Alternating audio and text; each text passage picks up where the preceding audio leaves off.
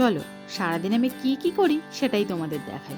কিছু কিছু দিন তো কোনো কাজই থাকে না, তবে সেই দিনটা আজ নয়।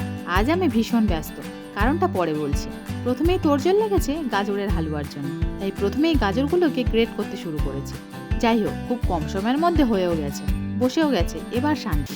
হবে মাছের ঝোল। মা মাছ ভাজতে শুরু করেছে। খাটনি কম, প্রতিদিনই তো হয়। এর মধ্যে গাজরের হালুয়া টেস্টের জন্য চলে এসেছে। গরম একদম খেতে পারি না, তাই জম্পেশ ফোঁ দিয়ে ঠান্ডা করেই টেস্ট করলাম। সব ঠিকঠাক ছিল। এবার আসি আসল কাজে।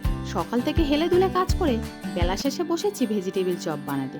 তিনি বছরে এক আধবার হয়, তাও শীতে। এবছর প্রথমবার। বছরে এক আধবার বানাবার জন্য একটু তো ভয় করে। দেরি হয়েছে বুঝে প্রেসার কুকারে সেদ্ধ করব। এই ভাবনায় প্রেসার কুকার বের করেছি, কিন্তু বিটগুলো লক্ষ্য করো, এক একটা আদলা ইটের মতো বড় বড় করে কেটেছি। যাদের বড় করে কাটার কথা ছিল তাদের আবার ছোট ছোট করে কেটেছি, খেয়াল করিনি। যাই হোক, একটু সময় নিল সেদ্ধ হতে। এর মাঝে আমি টুকটাক কাজগুলো গুছিয়ে নিলাম। সবজিগুলো ভালো করে ম্যাশ করে কড়াতে দিলাম, সাথে যা যা দেওয়ার কথা সবটাই দিলাম। এরপর নাড়ার পালা। আমার কবজি খুলে যাওয়ার কল। বিশ্বাস করো, হাত ব্যথা হয়ে গেছে। এইভাবে হয়ে গেছে, তারপর দেখি হয়নি, আরো একটু নাড়তে হচ্ছে। বহু কাঠখড় পোড়ানোর পর অবশেষে হলো। এরপর কোটিং এর পালা। নিরামিষ ছিল, তাই আর ডিম দিইনি। ময়দার গোলা আর বিস্কুটের গুঁড়ো এই দিয়েই কোটিং করেছিলাম। ব্যাস, এই তো ছিল আজকে সারাদিন। এইভাবেই কাজ করতে করতে আমার সারা দিনটাই কেটে গেছে।